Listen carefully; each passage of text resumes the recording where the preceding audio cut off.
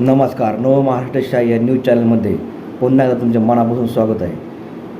मित्रांनो, संपूर्ण महाराष्ट्रावर सध्या हा बैलगाडा शर्यतीचा अक्षरशः धुमाकूळ चालला आहे. परंतु सर्वात लाडका लोकप्रिय असा बैल तो म्हणजे बकासूर हा आपल्याला 2 ते 3 महिन्यामध्ये दिसला नाही. कारण की बकासूर सध्या आजारी आहे. बकासूरच्या आजारपणाचं कारण म्हणजे बकासूरच्या पोटामध्ये एक तारेचा तुकडा हा निघलेला आहे.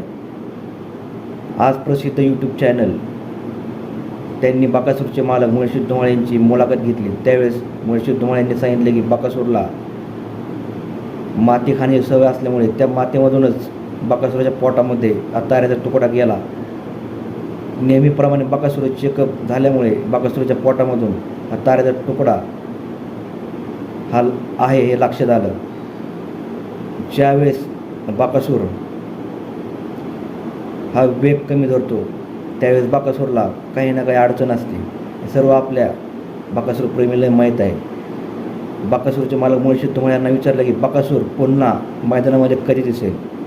त्यावेळेस मुळशी धुमाळ म्हणाले की जोपर्यंत बकासूर नेहमीसारखा म्हणजे पहिल्यासारखा होत नाही तोपर्यंत बकासूर आपल्याला हा मैदानामध्ये दिसणार नाही. जवळपास 15 ते 20 दिवस हे लागू शकतात.